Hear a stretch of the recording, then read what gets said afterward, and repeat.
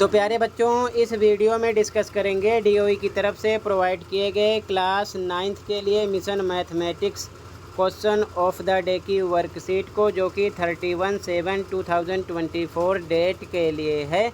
इससे पहले की सभी वर्कशीट अपलोड है दोनों मीडियम में। कमेंट में प्लेलिस्ट की लिंक मिलेगी, ओपन करके देख सकते हो। साथ में लास्ट सेशन की सभी worksheet, assessment, mid term paper, annual paper देख सकते हो। ठीक है, तो देख लेना। क्वेश्चन पे आ जाओ। क्वेश्चन है, classify the following numbers as rational और इरेशनल। निम्नलिखित संख्याओं को दी गई आकृतियों में परमीय या अपरिमेय के रूप में वर्गीकृत कीजिए। परमीय संख्याएं यानी कि रेशनल नंबर्स, और नीचे अपरिमेय संख्याएं यानी कि इरेशनल नंबर्स। ठीक है, और ये नंबर है जिसे हमें कन्वर्ट करके लिखना है कि इनमें से कौन से नंबर रेशनल हैं यानी कि परमीय संख्या है, और कौन से इरेशनल यानी कि अपरिमेय संख्या है। ठीक है, तो ध्यान से देखो इसका सॉल्यूशन, ताकि समझ में आ जाए एक साथ। ओके, तो बच्चों ये आंसर है। हिंदी में लिखो परमीय संख्याएं, इंग्लिश में रेशनल नंबर्स, और इधर अपरिमेय संख्याएं हिंदी में, इंग्लिश वाले लिखेंगे इरेशनल नंबर्स। ठीक है, अब ये दोनों होते क्या हैं? रेशनल नंबर्स का मतलब होता है ऐसा नंबर जिसे हम P/Q की फॉर्म में लिख दें। ठीक है, तो पहला नंबर है √9।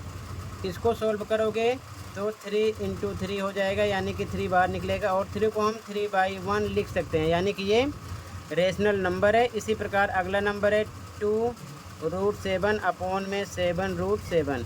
√7 से √7 कट गया, √7 से √7 कट गया, मिला आपको 2 अपॉन में 7। ये भी P/Q की फॉर्म में है, इसलिए ये भी रेशनल नंबर है, यानी कि परमीय संख्या है। इसके बाद में 12/4, ये भी रेशनल नंबर है, P/Q की फॉर्म में है।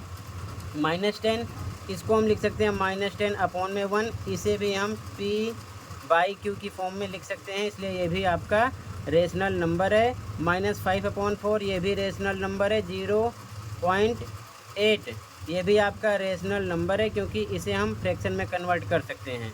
√81, ये भी रेशनल नंबर है। कैसे? इसको लिख सकते हैं 9 × 9, पेयर में से 9 निकलेगा। ठीक है ना, इसे हम 9/1 लिख सकते हैं, इसलिए ये भी क्या है?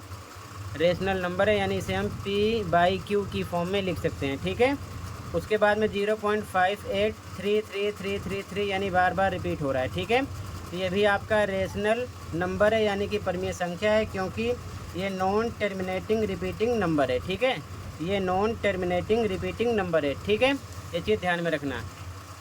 अब इधर अपरिमेय संख्या हैं, यानी कि इरेशनल नंबर, जिसे हम P/Q की फॉर्म में ना लिख पाएँ, ये चीज़ ध्यान में रखना।